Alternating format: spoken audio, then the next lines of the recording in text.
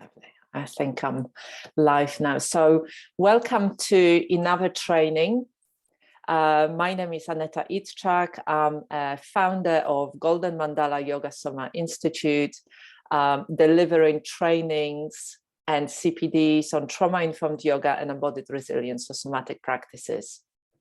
I'm a yoga teacher, yoga and mindfulness teacher, embodiment teacher, trainer and mentor. I'm also a somatic coach and Thai yoga massage practitioner and body worker. Welcome to another training. Today, I'd like to talk to you about something that comes up again and again and again in many of the mentoring sessions that I do with yoga teachers and therapists. And that is to do with the imposter syndrome. And this is the word that, you know, gets used a lot. I don't particularly like the word, but I think when we mention it, the imposter syndrome, many of us have heard it before, so therefore it's quite familiar to us. So I wanted today to talk about the imposter syndrome and trauma. And is there a link between those two? A link that as yoga teachers or therapists, we should be aware of for ourselves and also for our students. So let's start really with, you know, what is imposter syndrome? So imposter syndrome, I think it's the easiest way to think about it, or for me to think about it, is how it manifests itself. It's a certain way of thinking and relating to myself or to yourself. So there are certain thoughts and beliefs about who I am, my ability. Usually this is about thinking that I'm not able to do something. I know less than the other people know. I'm not good enough. I don't know enough yet. What I'm saying is not valuable enough. And then feeling like a fraud and feeling not good enough, which then leads into certain kind of behaviors. So the stuff that comes up, you know, as a behavior is that this way of thinking, I'm not good enough, I don't know yet enough, can lead us into signing up for more courses, can lead us into stressing and feeling anxious about our knowledge. So therefore not sharing our knowledge, not talking about what we already know. It can lead to setting very high goals, but those goals are often unachievable because we set them up so high because we think we should be aiming that high, or we compare ourselves with others who are much further down the road than we are. And therefore we always look not good enough with our information, with our experience, with our expertise. And it can also lead to a lot of shame and feeling very vulnerable and hiding, not knowing, sometimes pretending I know, and sometimes just not asking for help because we think, oh my God, I should know that. I really should know that. It looks like everybody else knows that. I can't possibly say that I don't understand that. I can't possibly show that I've made a mistake. I can't possibly, be that vulnerable in here. And so the problem or the issue with the imposter syndrome is that it's quite a complex thing. It's not just one thing. There is a mixture of different things, different thoughts, different beliefs about ourselves, about others, about our ability, different feelings. If you ever watch Brené Brown talking about vulnerability, you know, and you explore the subject yourself, you know how debilitating it can be, how much it can impact how you show up, or whether you show up at all, whether you pursue your dreams, whether you take a risk to stand up and talk about something. it's a really difficult thing. I remember a couple of years ago now, when I was doing a first free talk with Julia Davis from Yoga Teachers Forum about sexual abuse in yoga.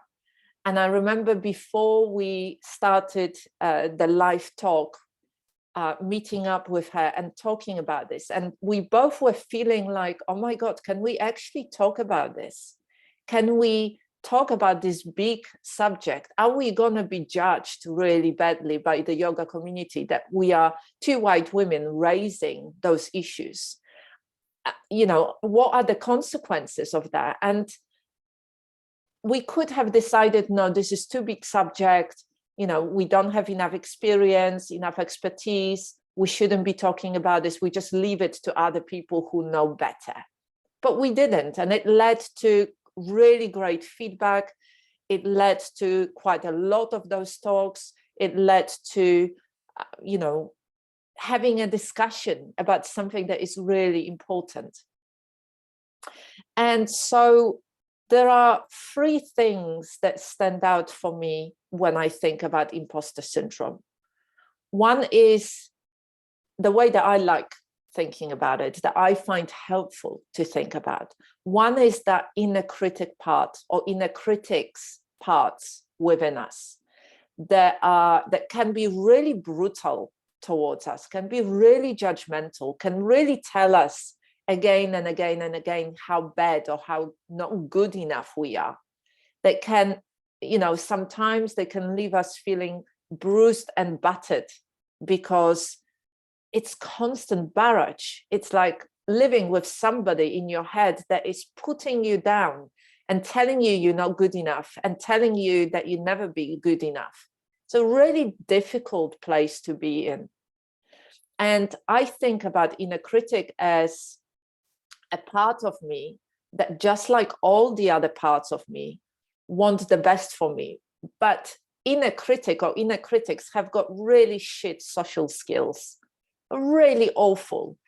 You might think about somebody that you know in your life, that I can think about people like that really care about you, that really want the best for you. But the only way they can express it is by getting really worked up and really kind of shout at you or tell you off for you being stupid or you being not good enough. So I always think about inner critic or inner critics within us when they come up, that they try to alert me into something. Something is happening. They're trying to make me realize that something is going on. And then taking some time back, to step back and really think about it. What is it beyond this, you know, this part trying to tell me that I'm not good enough and I'm being stupid or I'm being silly, or, you know, I shouldn't be taking the risk, or I made a mistake again. Just slowing down, bringing a lot of self-compassion to how I'm feeling, to all those different parts of me that feel in so many different ways, and really understanding, okay, beyond that, what is really going on in here? What do I need to pay attention to? What do I need to acknowledge? What do I need to maybe act on? So that's the first thing, the inner critic or inner critics parts. The second thing that for me comes up, and I see so much of that, is that comparing ourselves to others. And I already talked about this a little. It's that, and I know that so well as well, comparing myself to people who've been doing the work that I'm doing for many, many, many decades, that are maybe older than me, that started much younger, that got loads more expertise, got loads more qualifications, maybe wrote books, maybe do lots of different trainings. And then comparing myself to them with all the doubts and all the questions that I have and all the struggles to what I see externally from them. And so it's like a double whammy, really. And so I always look really bad next to them. It doesn't matter that I have 22 years experience of working with trauma, 16 years in social care, last 6 years in community and in my own business. It doesn't matter. It doesn't matter that I worked in a crisis center for dual diagnosis for very chaotic drug users for 6 years. It doesn't matter that I worked with thousands of clients. It doesn't matter that that I've done loads of training. It doesn't matter, because when I compare myself to others, there are voices and parts within me that just start saying, well, that's not good enough, because that person has got a PhD, or that person has been teaching yoga for 25 years. You've only been teaching 16.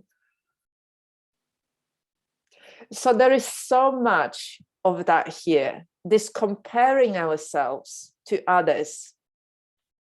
We will always look bad because we never compare ourselves, or very rarely, to somebody who only just started. Because we can get so focused on the future, on what we're trying to achieve. And that leads me to the third point, really, that what I see and what I experience myself is when I stop celebrating my wins, celebrating my achievements on a daily or weekly basis, I lose touch with where I am in my business, in my work, in my life as well. And I just focus on that future, or where I'm trying to get to. I'm not there yet. I'm not there yet.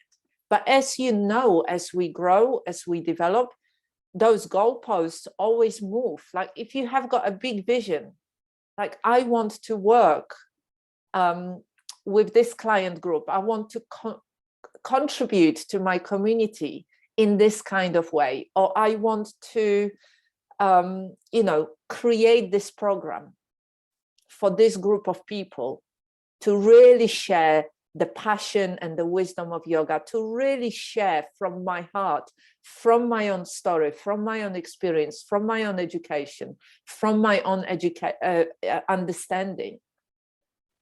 And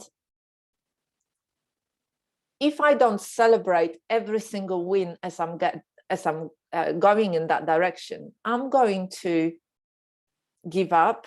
I'm going to get disheartened. I'm going to beat myself up that I'm not going faster than I'm going. So I'm going to disconnect with my own natural rhythm, with my own inner wisdom, with my inner knowing of what needs to be done.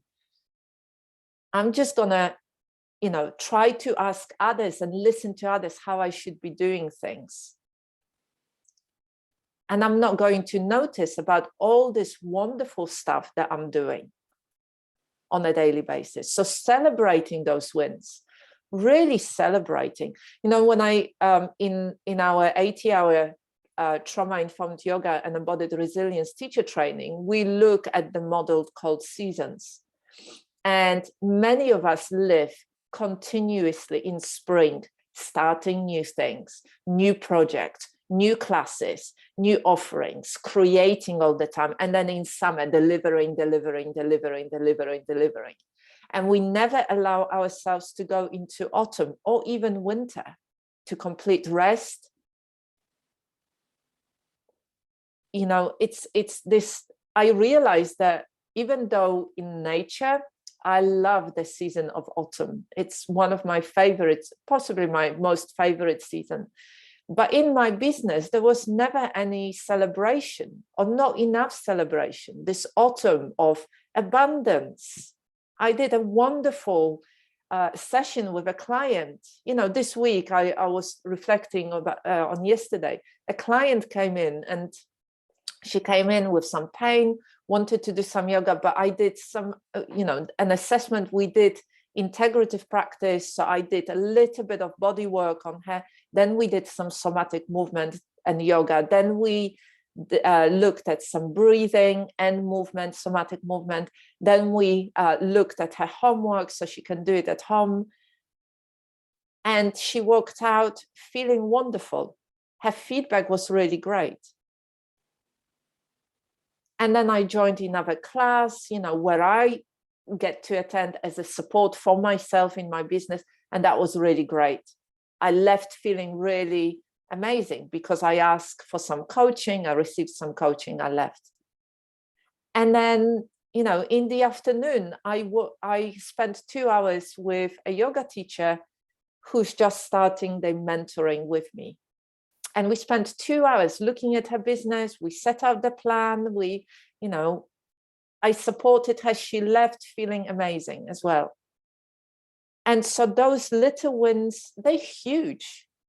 For that client in the morning, for that yoga teacher, those sessions were huge because it changed their perspective. It changed how they felt and how they were going to go into their day, back into their life.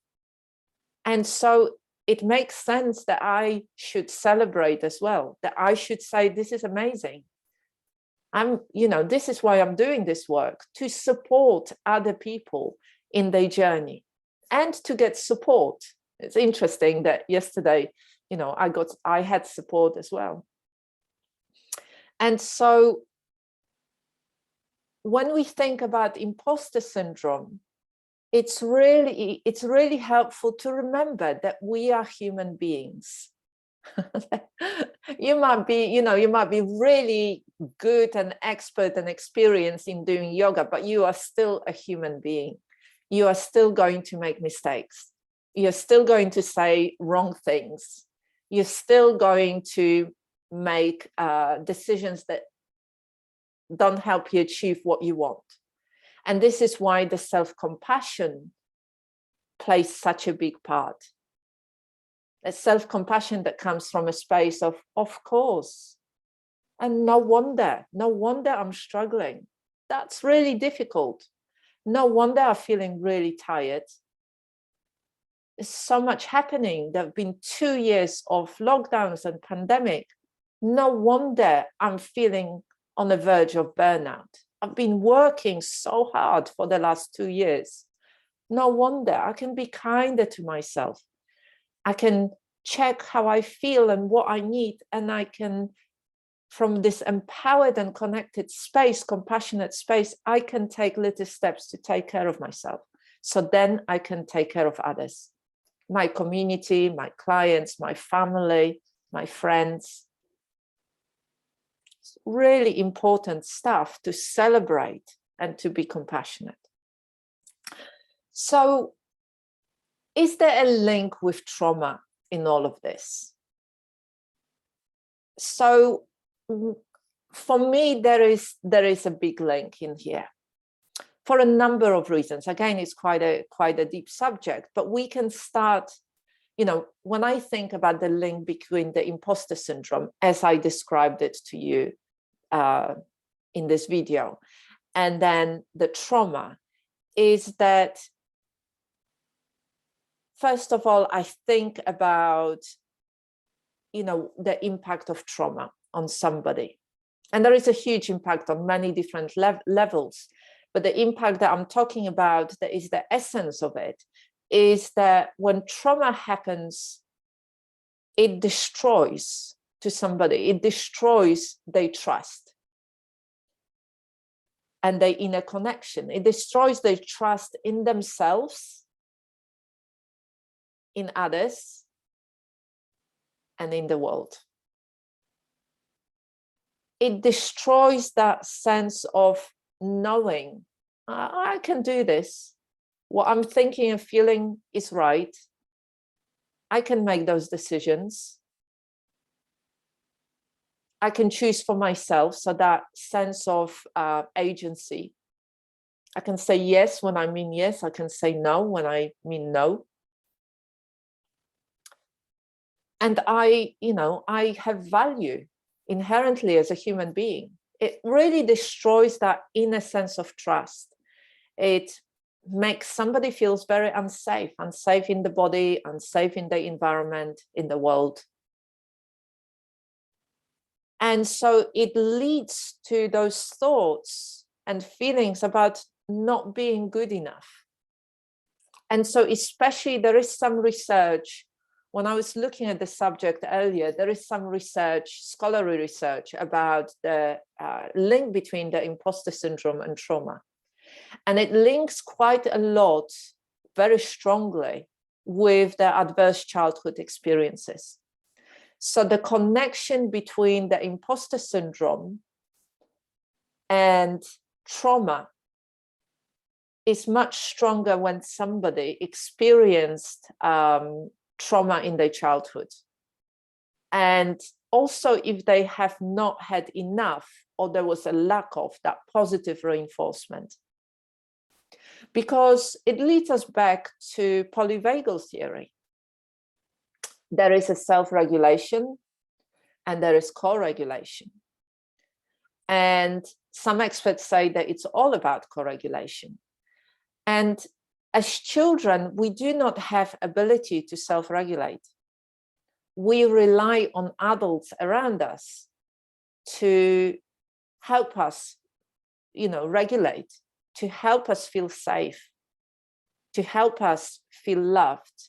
If you think about how children learn, they normally mimic how other adults around them are behaving.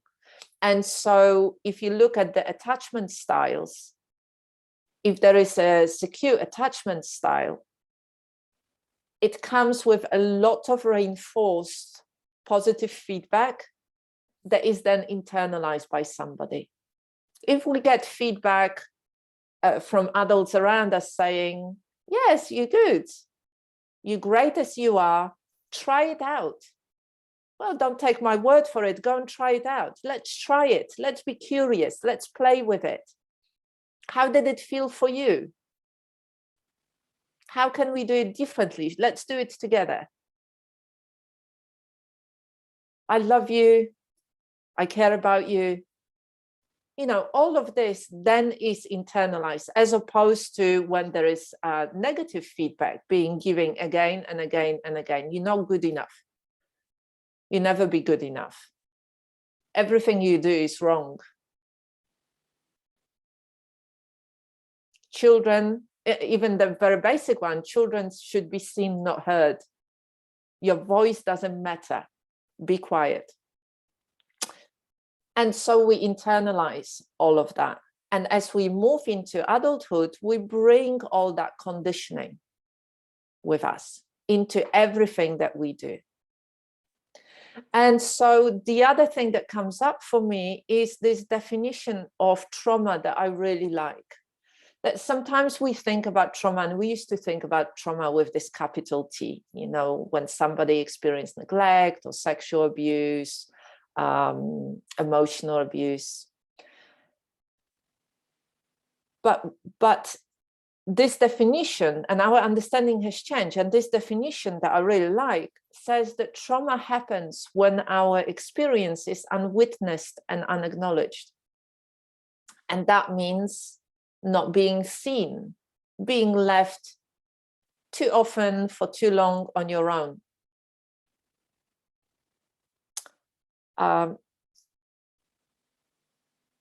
It can, little things like I feel, feeling as a child something, and then being told, oh, don't be silly, just get on with it, or you shouldn't be feeling like this. So over a period of time, as we're growing up, all of this conditioning, we take it with us into adulthood. And the other thing that I see quite a lot that comes up for me is that sometimes people think, oh, if somebody experienced trauma, they really struggle. What people think about is that trauma, with severe trauma, it manifests itself like it did with many of my clients when I was working in social care. Really chaotic lifestyles, maybe chronic and chaotic drug use, in and out of prison, domestic violence, a lot of, chaotic behavior, homelessness. But actually, I read the other day research that said that 90% or over 90% of us would have experienced trauma in our lives. So that's huge, huge, huge number. And so if we work with others, we will definitely work with people who have experienced trauma, and they might not tell us that they have experienced trauma. They might not even acknowledge that they experienced trauma, because often children will think, well, that's how that's how I grew up, that's what it was, that was my normal, not realizing that actually that's not normal comparing to what other people have experienced, maybe, or what's the standard of care. So there is a really huge link between trauma and the imposter syndrome. And why I'm talking about this is because it's coming back to this acknowledging that we all are human. That yes, you might know, as a yoga teacher or therapist, you might have learned a lot of great tools. You might have done lots of stuff. You might have got to know yourself. And all of this is of value. And if you are feeling like you're having a lot of self-doubt, if you are feeling that it's stopping you from moving forward in your work, in your life, then doing a little bit of work around it and starting with, maybe bottom-up approach. When you regulate your nervous system, you connect with your own stability in your practices, daily practices. You connect with practices that help you feel really stable, compassionate, present, regulated, curious, calm. And then if you want, going and exploring it more through the top-down approaches, through some talk therapy or some coaching, that can be useful as well. What's important here is to understand that we have got a choice for ourselves, and we can help our students if we focus on moving towards what helps us feel empowered. So using self-compassion, having daily practice, that's a big one. I talk about that a lot.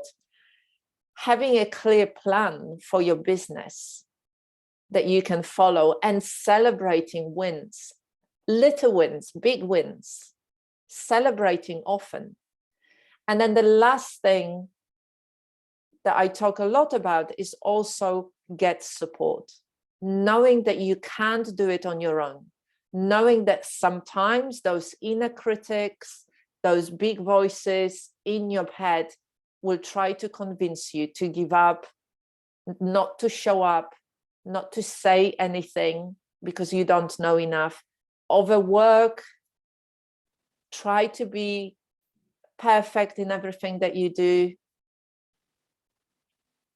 That's when you need support. And that's what support around mentoring and coaching is there for, to turn to the other person and ask for support around that. And the other person being this voice, this stability for you in that moment, to help you come back to what's really real, to give you a little bit of compassionate reality check, to come back and reconnect with your inner wisdom, and to really find joy again in your teaching, in supporting your community, in being with others. The joy that comes from teaching yoga, teaching mindfulness, teaching embodiment, teaching movement, holding a space for other people. Because if you hold space for other people, especially right now, after 2 years of pandemic and what's happening in Ukraine, and the threat that is always somewhere at the back of our mind, we need to support each other, and we can't do it on our own. So I'd love to hear what you think about this training today, what you think about what I shared. about the imposter syndrome and trauma and the link between the two. And share if you had any insights. I always love to hear insights from you. And let's continue having this conversation about how to support ourselves so then we can support our communities, our clients, our students, and show up for our families and enjoy our work and lives. So take care of yourself now, and I will see you next week. Bye for now.